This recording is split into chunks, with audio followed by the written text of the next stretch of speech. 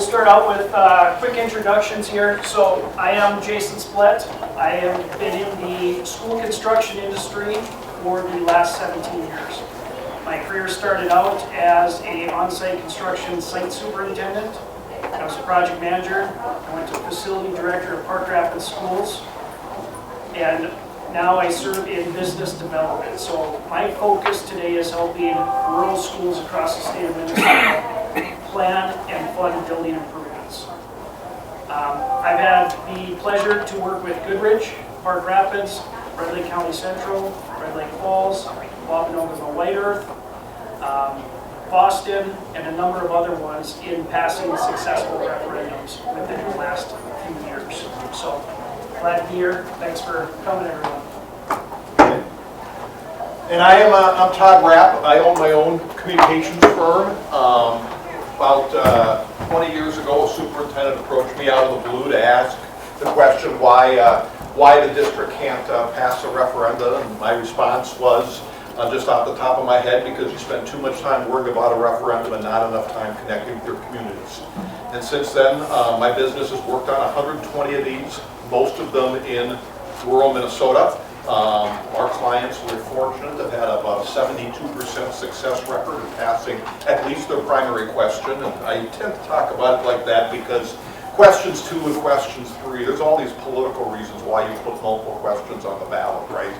Where you know that you may not pass those questions. If you were sure you would, you combine them with the first question. You look really carefully at making sure you have a strategy that gets the first question passed, and then hopefully that drags along subsequent questions. So I typically work on building plans with the ICS team. We've had a 14-year partnership that we think has been very successful, but we also work directly on operating levies and capital project levies with any district. And many years ago, Fred Nolan looked at me and said, Todd, can we figure out a way to provide more support for rural school districts that don't have strong communications capacity? They need strategy, and I said, okay, let's see what we can do. And this has now become a significant portion of our work. So with that, let's face it, the need is there right now. Increasing number of school districts are trying to figure out when they go out and they ask voters for an operating levy or maybe capital projects levy, not if.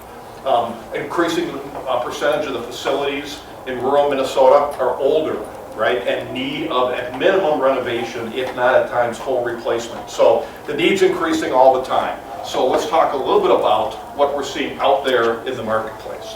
Now, things changed greatly during COVID. I moved ahead all by itself. I'm impressed. Things changed greatly during COVID, okay? And let me just start by saying, if anybody ever goes to you, if anybody ever goes to you and says, we have the magic formula for how to pass a referendum, okay, forget it. There are so many different factors that come together that the best that you can do is actually just try to reduce the odds that you're going to make a big mistake, okay? Increase the odds that you can pass. But when it comes right down to it, there's just no one super formula for doing this. It's a political election, for goodness sakes. If any of you had a perfect prediction of what happened on the 5th of November, let me know. I wish I would have gone to Vegas with you to make the bet, because I didn't know for sure, okay, what was going to happen. Let me just give you a few statistics while Jason's playing with this a little bit. Let me give you a few statistics about what's happened since COVID. From 2015 to 2019, and again, I'm looking at question 1 here, the major question of the tax increase.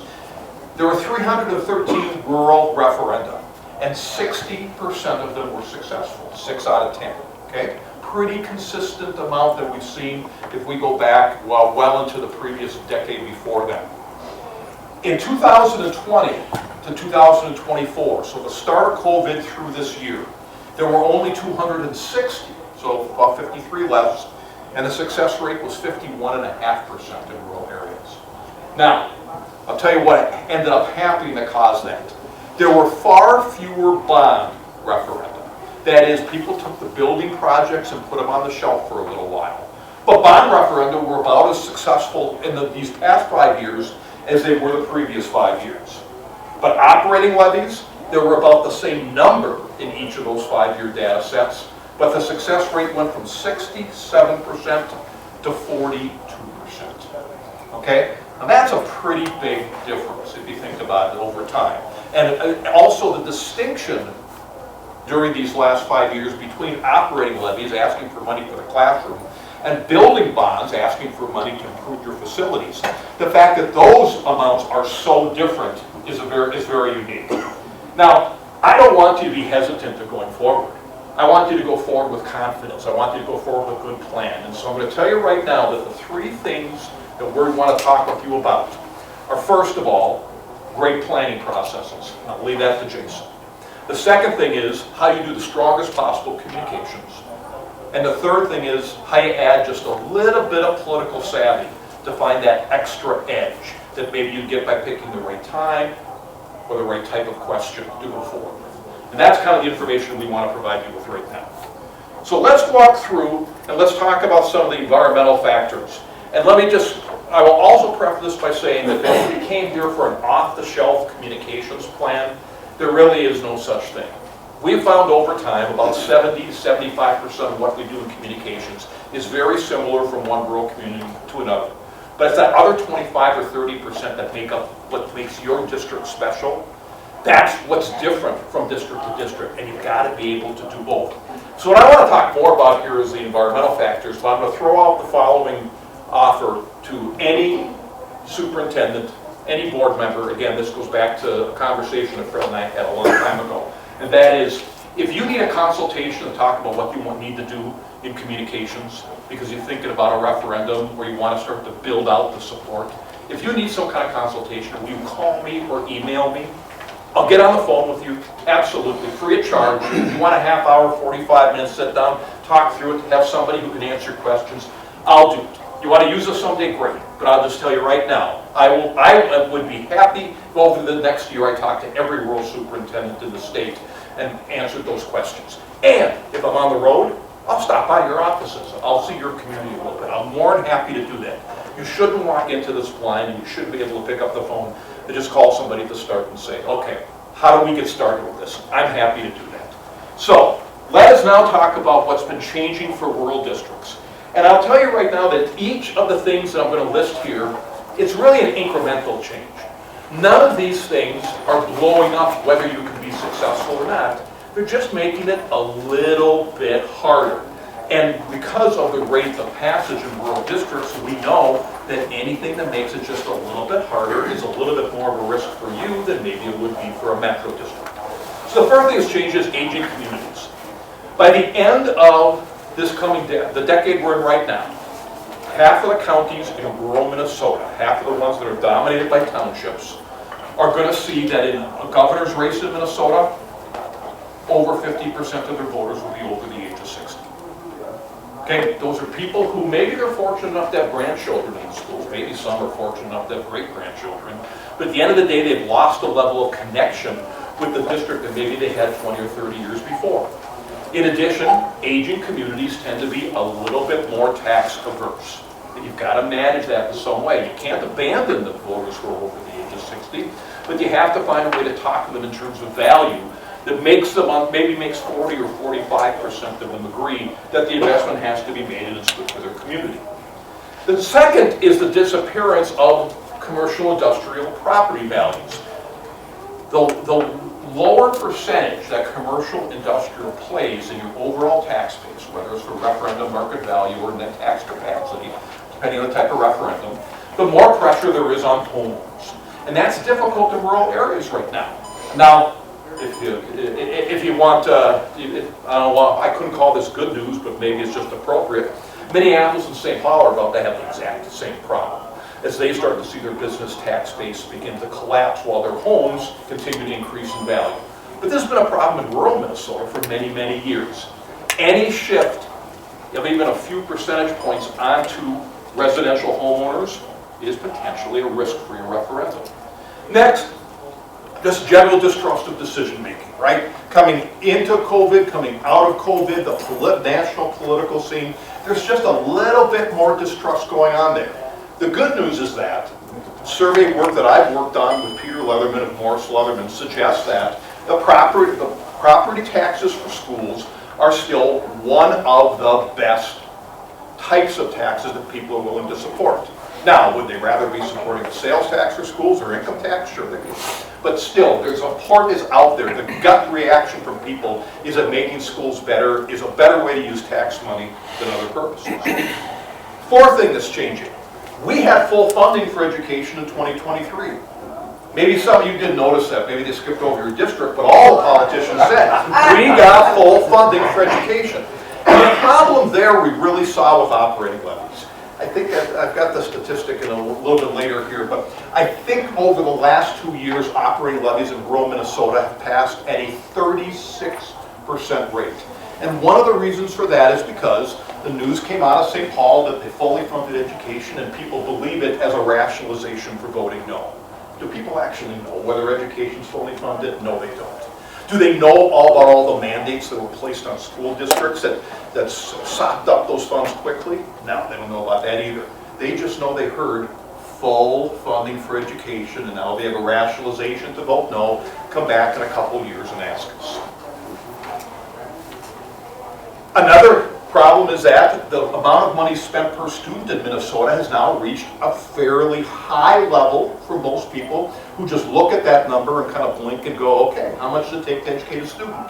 It's now over $14,000 per student. It's not the same in every district, no question about that, but that number gets used a lot by anti-tax people who don't want referenda to pass, and then people start asking the question, well, is $14,000 enough? You know, the best strategy for defeating a referendum is the death of dozens of questions, and this is a pretty good one for people to be asking if they're on the no side. And then finally, of course, Democrats live in the cities and Republicans live in rural areas, so this is the natural vote against some referenda compared with some of the cities. That is true. I don't think it's as true as maybe people make it out to be, and I'll show you some data in just a second on that. But overall, those are the kind of things that are changing. But here's my message for you. Most of this is out of your control. You're not going to change it, okay? You're not going to change the demographics that are happening out there. You're not going to change the fact that some of the people think that 14,000 is more than enough. None of that stuff is going to change. All you can do is control certain things that happen in these elections. And so let's focus on those. And let's remember that even at the low point, still more than half of these referenda are passing. I hope what we're going to tell you about over the next about 45 minutes, 50 minutes or so are ways that you increase the chances that you can pass over what the average district can do. And then before I start talking about a little bit of data here, just a quick reminder. Since 2020, many of your peers have been unsuccessful in a referendum, and then they've come back and been successful the second time. When I first started doing this, I was scared to death to tell people, you know, it might take twice. You know, you want to be optimistic. And my friend Jeff Schultz and I would sit down with the superintendents. We go, no, we're going to be optimistic for them, right? But the truth is that, realistically, sometimes it takes twice. And I don't want it to, okay? That's not my goal. I like it when it wins up the first time. I got a happy superintendent, happy board, and we move on. But sometimes you have to go out a second time.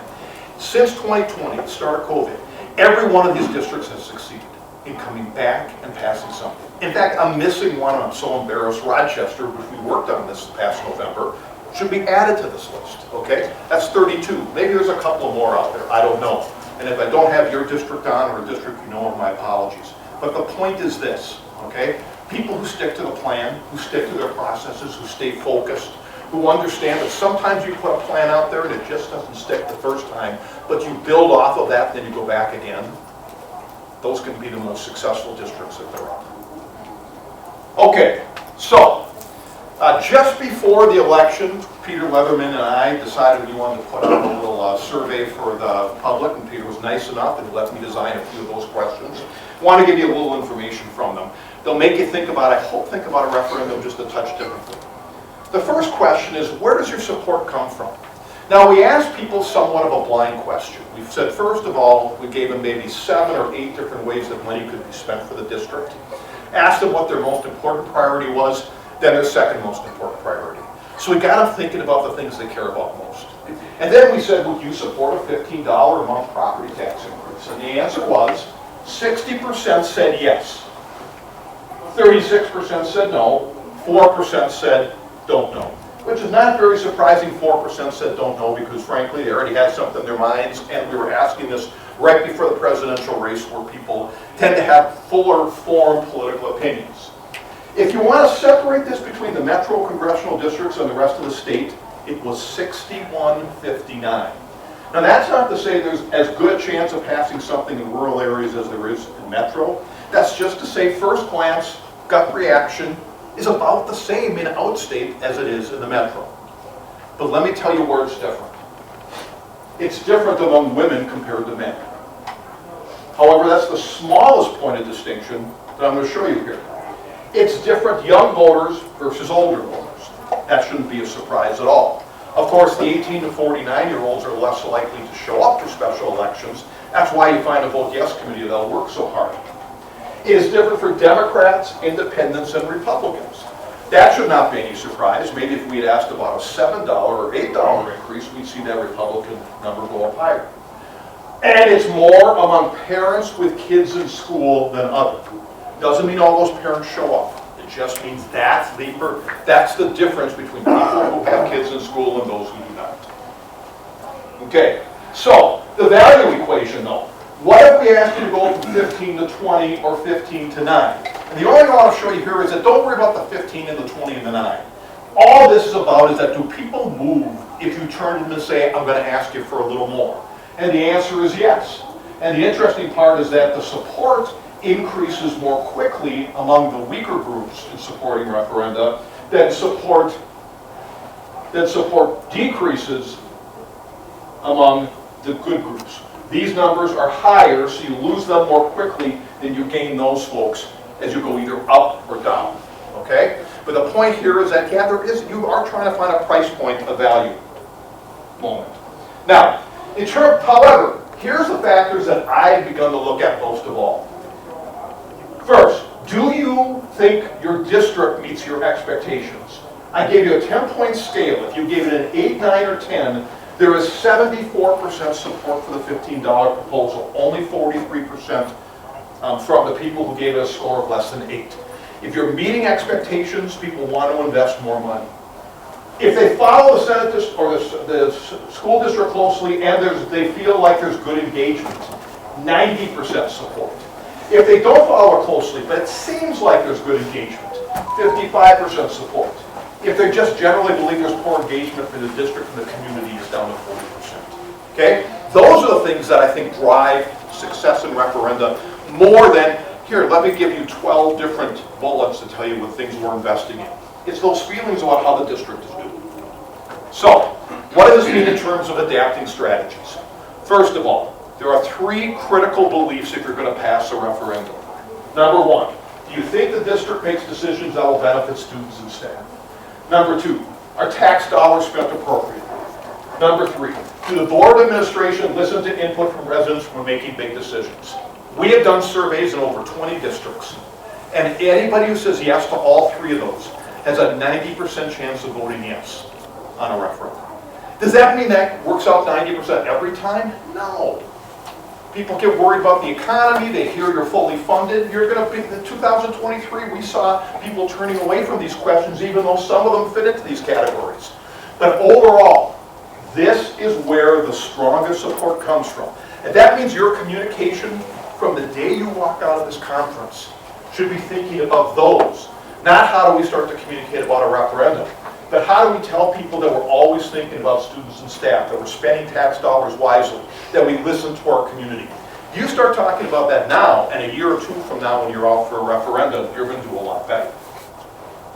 So, if we look for a second, I'm going to go all the way through this, Jason. But if you look for a second at how communications is changing, we know newspapers aren't as important and social media is more important.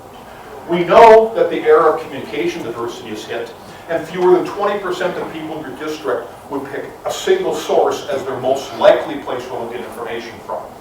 We know that the expectations are higher on superintendents and school board members, that opponents have more questions than ever. Paul Doerr might not be appearing in Minnesota anymore, but his strategies are still there, and that is drive superintendents crazy with questions. And we do know the need to stay on message is critical. But here's the important point to take away. We control 4 of those. We can't stop the fact that rural newspapers are collapsing and social media is getting more prominent. But the other 4 things we can manage appropriately with a good communications plan. And the most important thing to remember is that communications is not just about handing information to people. It's about listening to what they say in response and incorporating that feedback and sharing that with the rest of the community to show that you are listening and engaging people, not just telling them what to think. Now, as you begin to think about a facilities plan or a capital projects levy, please think about your month carefully. I put together this chart just for kind of fun. I mean, it doesn't have to be exactly how you do it, but it lists 6 key factors you should be considering when you pick a month. Your financial needs, and particularly, frankly, how urgent operating levy is, and perhaps how much you can save by moving forward quickly the building plan. Your voter turnout profile. Any district that I work with, you see a voter profile, the registered voters in your district, they hand that to you so you understand who you're trying to talk to. When you have particular school activities. I love parent-teacher conferences. One of the best times to talk to people about a referendum plan is during a parent-teacher conferences. Another good time, halftime of volleyball. Really great time to talk to people. Your volunteer availability. May is a tough month in part because everybody's exhausted and they've all got graduation parties. And then of course if there's noise from other elections, right? Presidential races aren't good times. But look here, in terms of success rate over the last 5 years, May, terrible. 30% success rate, and it also had the highest average ask from the district. Next, lowest is August. That's up to 57, although they had the lowest average tax ask. And during this last campaign, we saw the average ask for the first question was $18 a month. That's the highest I've ever seen in rural Minnesota. But nearly every other choice you can make, even that terrible November of 2023, for capital projects facilities plans, were fairly successful, almost 2 and 3. Pick your month carefully, pick it strategically, consider all of these factors when you do it. So, my last slide. How do you increase your chances of success? First of all, in your pre-referendum planning communication, start now communicating those 3 key factors.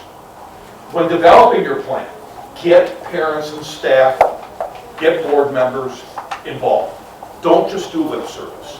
Don't just assume your parents and your staff are going to be there. Too many districts are failing at that right now. Get them in the room, listen to them, make sure they can see themselves in your plan. That's where your Vote Yes committee is going to come from. So they better be happy with that plan. And if you think you're going to sell them on it, good luck, because you got to remember, if you didn't just have teacher negotiations, you're just about to. And that's one of the things your unions should be focused on. Finding the right price point, it's a value equation. I've seen $1 a month fail, and I've seen $50 a month succeed.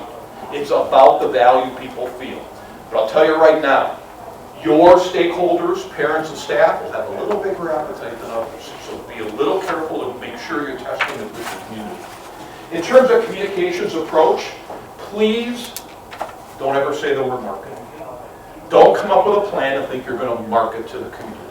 Yeah, you're not going to do that. Again, I already showed you the things that cause people to naturally vote for a referendum. A referendum is your performance review, period. Okay? It's about whether or not you're doing a good job of leading the district. Don't think of it as you use a bunch of marketing strategies, even though some of the tactics are good at marketing. Think of it as your performance review, and that you're going to get a grade based on your plan. And then finally, in terms of persuading no voters, if that's your strategy to get the no people to vote yes, you already lost. Okay, they're not. I'm sorry, but any one of you who puts out a pretty good referendum is actually going to take up the problems you're facing. You're going to get 60% as your top. 40% are going to vote no. Don't worry about it, folks, okay? It's the First Amendment. People can vote no all they want, and without it greatly affecting their chances of passage. So with that, that's just some of the secrets, as I said. If you want to sit down and talk, just call me. Email me. I'd be happy to sit down and talk with you a little bit and talk about how you get started in the right direction. Most of all, don't be afraid of going out for a referendum, okay? More succeed than fail. If you include the second time, rural areas have a pretty good success rate. It's just sometimes about doing it right and knowing what's going on behind the scenes to persuade the public. With that, I'll Jason talk about great planning. Can you back up a couple slides on the best month? Yeah, absolutely. Right there. Thank you. If your board wants to, if any board members want to do May, okay, call me, I'll tackle them, I will. All right, we're going to switch gears here a little bit. Todd talked a lot about the strategy and the politics of it. We're going to switch gears to talk about the actual planning process. I'm going to walk you through what ICS does with some of our partner districts. Before we do that, I want to focus on that term partners. When you're looking at going through a long-range planning process or a referendum, you need to make sure that your district has the right partner to walk alongside you. Who's going to be engaged with you? Who's going to be the best one that connects with you as a district and your community as a whole? So to do that, one of the important pieces is looking for a partner that has a diverse set of skill sets within. At ICS, this is our team.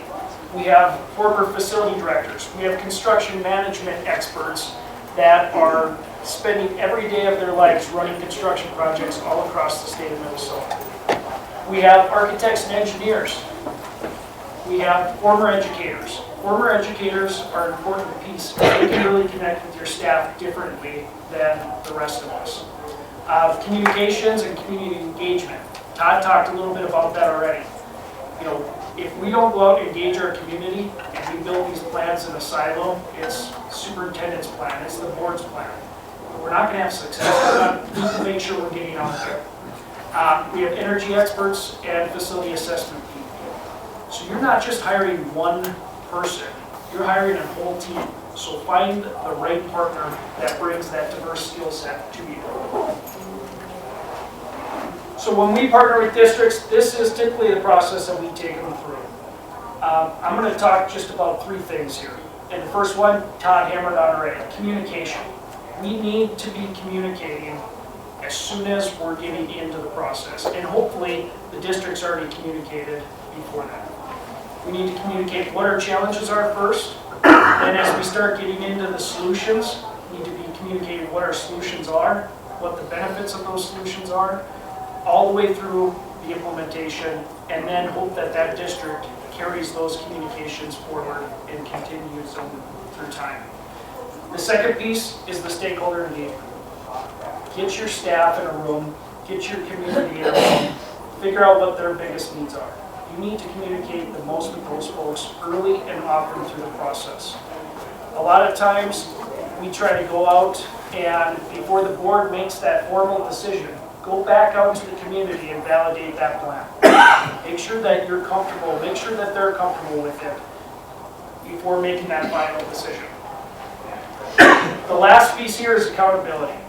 Find a partner that is accountable to you as a district. Find one that is going to be with you every step of the way and has skin in the game all the way through the construction process. It's one of the important pieces that we see. Next, we're going to talk a little bit about the funding pieces of it. Again, Todd talks about the politics. We're going to talk a little bit more about funding. So, when you're looking at putting together a referendum, we really need to look at what are our critical needs. What do we absolutely need and differentiate that from our wants and wishes. So going through, create a list. Everything that your district needs, everything that they want.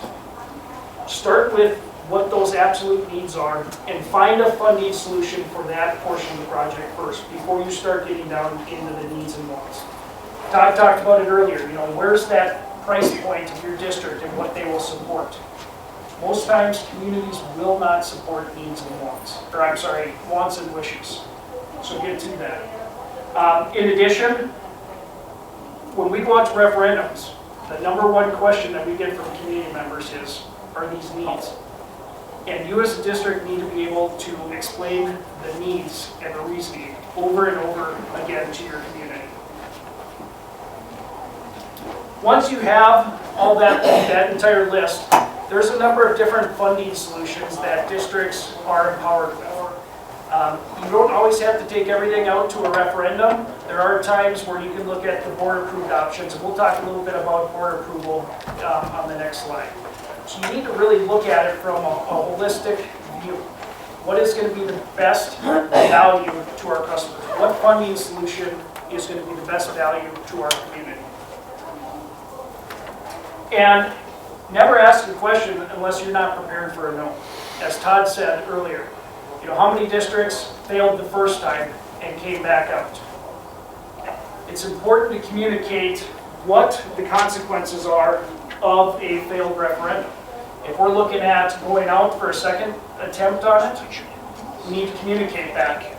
If the board is looking to board approve projects that fail, we need to communicate that. You as a district, looking at your critical needs, if you have a leaky roof or a ventilation system that is at the end of its leg, and your referendum fails, what are you going to do? Let it just continue to deteriorate, or are you going to look at the different funding options that you have available to make those improvements? So following these 4 things, prioritize your needs, be transparent, not only with your communications, but with your funding sources.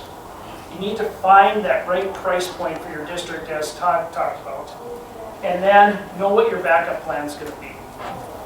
Do these things will help you maintain the trust level with your community, with your staff, as you look at going out for projects. We're going to switch gears here, just talk real quick about the available funding solutions. This is a chart that we use a lot of times with districts just to understand what is the best value. So you can see that bottom box has the annual tax impact on a $200,000 home. So you run your projects and figure out which funding buckets there are, plug that in, and then you can see where is the best value point for them. LTFM, deferred maintenance, no direct tax impact for that. It's already levied by the district. You can do pay as you go, or you can bond those dollars forward.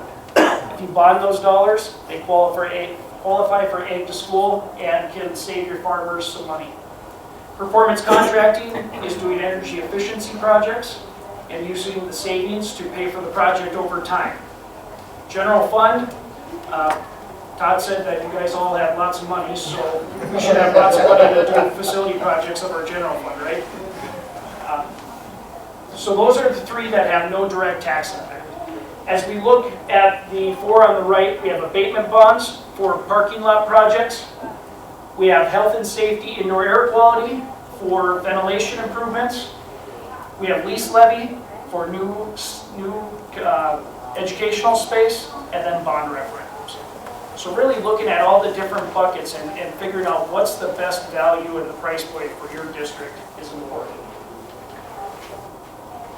I'm going to switch gears here and talk a little bit about a couple referendums that we have been successful with. First one is Goodrich. Does anybody know where Goodrich is? Just the people from Northwest. So. All right, so it's a small farming community located just east of Thief River Falls. They have 550 registered voters and about 260 kids within the district. One of the biggest challenges for them was aging facilities. They have buildings from 1910, from the 30s, 50s, 60s, 70s, 80s, and 90s. Now the district's done a great job maintaining what they have, but they haven't been able to update or modernize the educational spaces as a whole.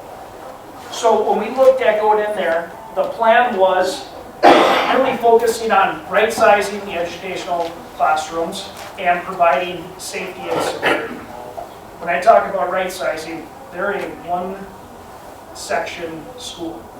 So they might have 15 kids one year, they might have 25 kids that next year. And they were putting those 25 kids in a 650 square foot classroom. So for you educators in here, you know how tight that gets. So we accomplished going through it and solving their issues through renovations to the existing spaces, as well as providing an addition for more classrooms in a gymnasium. Now, the ultimate plan for the district would have probably been to build a brand new school. But if you look at that bottom and that tax impact, think back to what Todd just talked about for, what's the right price point. Well, $62 a month on a $150,000 home. Goodrich was not going to be building a brand new school. I'll be honest with you, I'm surprised that this passed with the way that that tax impact was. So what we did through the process was we master planned in the ability to do additions to the north of the facility. That way in the future, 15, 20 years from now, they can start taking down some of those older buildings and move it into the new construction to the north. So, one of the biggest challenges there was open enrollment. So they have 260 students, half of those are open enrolled into their district. Without those open enrolled kids, they don't have a district. It's an important piece of their community. So we really had to build that bridge between the district and the community to explain to them what it did. We did that early on in the process. As we were presenting the results of the demographic study, Superintendent Wolberg stood up and talked about what open enrollment does. What is the financial impact of it? What programs are available through or because of open enrollment? And finally, what would happen without it? And again, I said it earlier, they're a one-section school. That open enrollment pays for all of their kids, or all their teachers.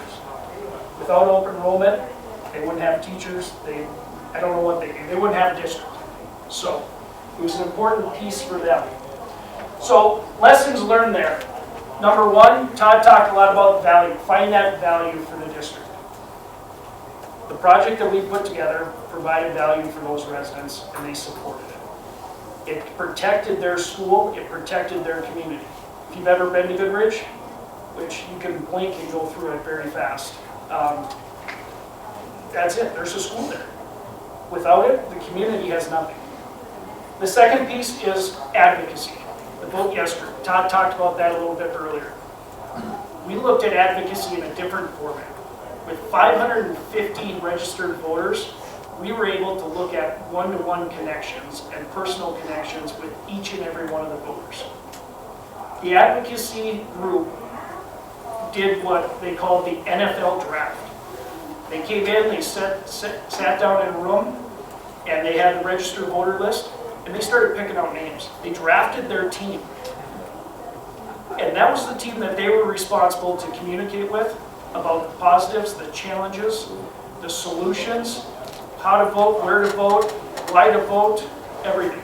That was their team to get out and make sure that they showed up and supported the school. In the end, they were successful. So, next one is Park Rapids schools. So, I'm from Park Rapids. My wife works in the school. My kids go to school there. I used to work there. So, when we got hired here, and I started exploring it a little deeper, it's like, holy crap, we can do $20 million tax neutral. Century School was retiring the debt. You know, the new school that's 24 years old now is coming off the books. So walking in, I thought we had this great opportunity just to do 20 million.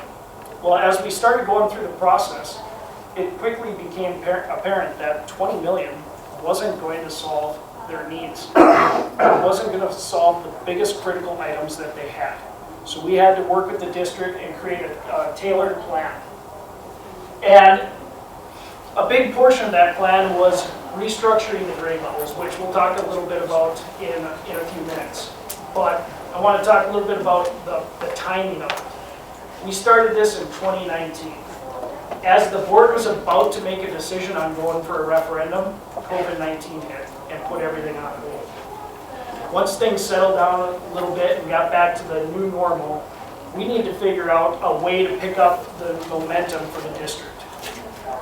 Lance, the board, staff ended up putting out 23 videos to try to continue their messaging and their momentum. They had dozens of articles in the newspaper. And it was really trying to get out what are our key challenges. We had aging infrastructure. We had an old 1950 building that wasn't meeting the needs. We had a bunch of transition gaps within our educational system. And we had a school structure that really didn't work well for what they were trying to accomplish. So when we looked at the overall configuration, So this would have been 2019. Century School was a K-8 building, the high school a 9-12, and then Frank White was early childhood and ALC. The big issue here was Frank White and early childhood. We had those kids in this nice little safe, quiet building, and then as they went from early childhood to kindergarten, they went into this big scary place full of 8th graders and one entrance into the facility, people everywhere. It was causing a lot of issues. My kids went through this. You can see the anxiety that they had from going from Frank White to Century School. So that was one of the issues. The other one was our 8th graders. We had 8th graders that spent 9 years in one building, then making the transition over to the high school into that 9-12 environment. And then we had ALC disconnected from where it really should have been. It should be down in that high school wing so that they can experience those programs as well. So the ultimate solution was Century School became early childhood through 6. The high school had a new 7-9 wing built on in the location of Frank White. They have a 10-12, which was existing and renovated, and an ALC portion. So we're able to pull those kids all together and still provide some of that separation that they needed. Frank White, again, got tore down, and that's where the 7-9 edition is. So when we looked at it, Jason, where do the district offices go? district offices are in the new 7-9 edition. Yep, sorry. So when we look at overcoming the challenges, one of the biggest ones was COVID-19. We lost all this momentum, and how do we move forward? The district didn't just sit back on their heels and wait for things to get better. They knew they had needs, and they moved forward with the referendums once the timing was right. In addition, the way that we communicated this was important. It was all about meat and potatoes. If you know Lance Bagstead, you've probably heard him say meat and potatoes 100 different times. But improve safety and security, reducing those transitions, and looking at the enrollment needing for updated educational spaces, and then looking at improving for career and college readiness. Like most of your schools, you're looking at how do we deliver education differently. And their buildings weren't able to be modified to meet those needs. So in the end, we went to referendum. The first referendum, November 3rd, 2020, we lost by 114, right during COVID-19 and the presidential election. Pretty close, district tweaked a few things, decided that they're going to go back out. August 21, lost by 44 votes. When we looked at it and analyzed those results, the advocacy group there had a list of 300 names published in the local newspaper of people that were going to support the referendum and vote yes. 60 of those people did not show up and vote. Yep. So talk about a kick. I mean, go through and do all this work, and your best supporters didn't even show up. So we went a third time. We retooled how we communicated. We did more direct communication. We focused on the parents. We focused on the staff. And we were able to turn out an additional 600 voters between the second and third referendum. And we ended up winning by 267. So in that second referendum attempt, people thought it was going to pass. Everybody thought it was going to pass. The hype was there, but they didn't show up and actually follow through with their commitments. So, lessons learned here. First one, don't take the easy path. We could have done 20 million in Park Rapids, tax neutral, and made some improvements. But in the long term, it was not the right solution for that school district. We took the hard path. It took us 3 times, but we got there. Second one, Todd talked about this a little bit earlier. Board and district administration out front. board chair and some of the board members were on our advocacy group in Park Rapids. The board chair was also leading some of the advocacy efforts. Now, they had to be careful. They had to take off their board member hat and put on their, community member hat. But that was crucial there. They were not scared to go out and publicly say, vote yes for this. And that was one of the differentiators there. That's why we got so close a couple of those times. In addition, the administration was out front.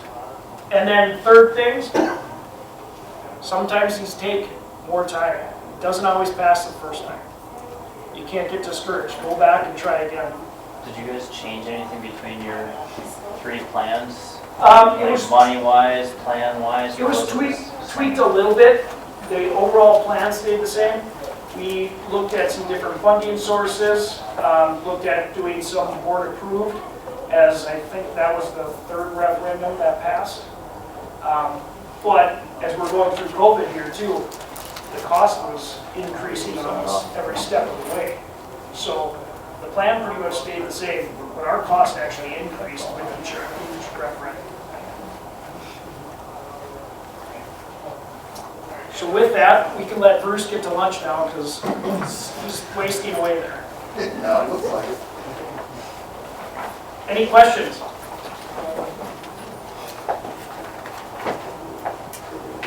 Anything we didn't cover? You want to ask us about?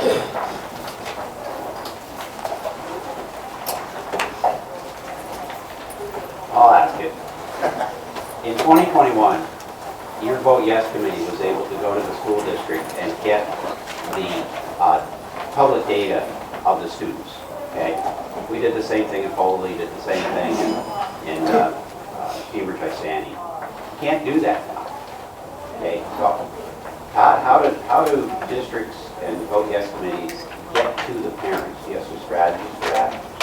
Well, I'll begin by saying is that this is particularly important if you have a special election date, right? If you're doing an election in November of an even numbered year, there's likely going to be high turnout, Right. and the identification of the parents is a little bit less important. But it's critical that you can hit the parents. You saw the data there that I gave you from the statewide survey.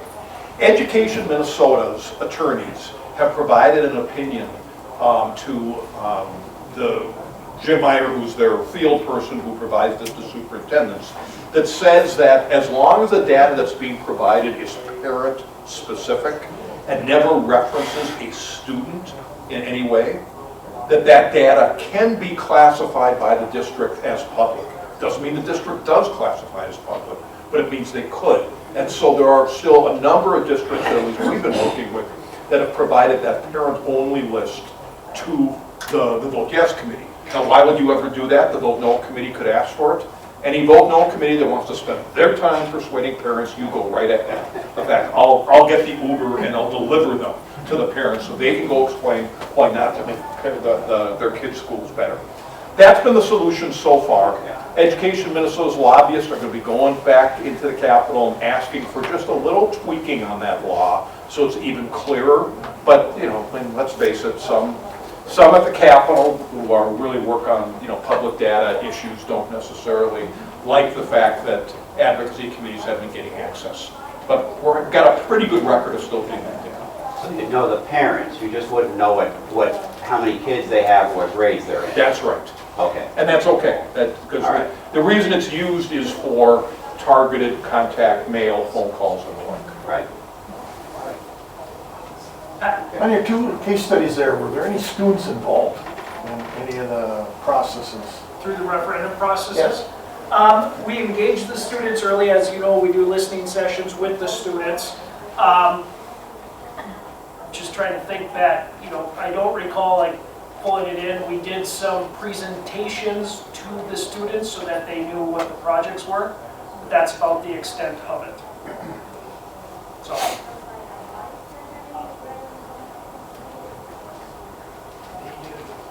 Any other questions? We should never mention lunch. Yeah. So, if not, thanks. We'll be around. Love to talk with you. So, Thanks, folks. thank you. Please fill it out. You too.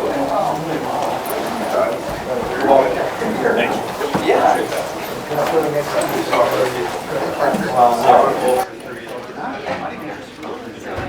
no.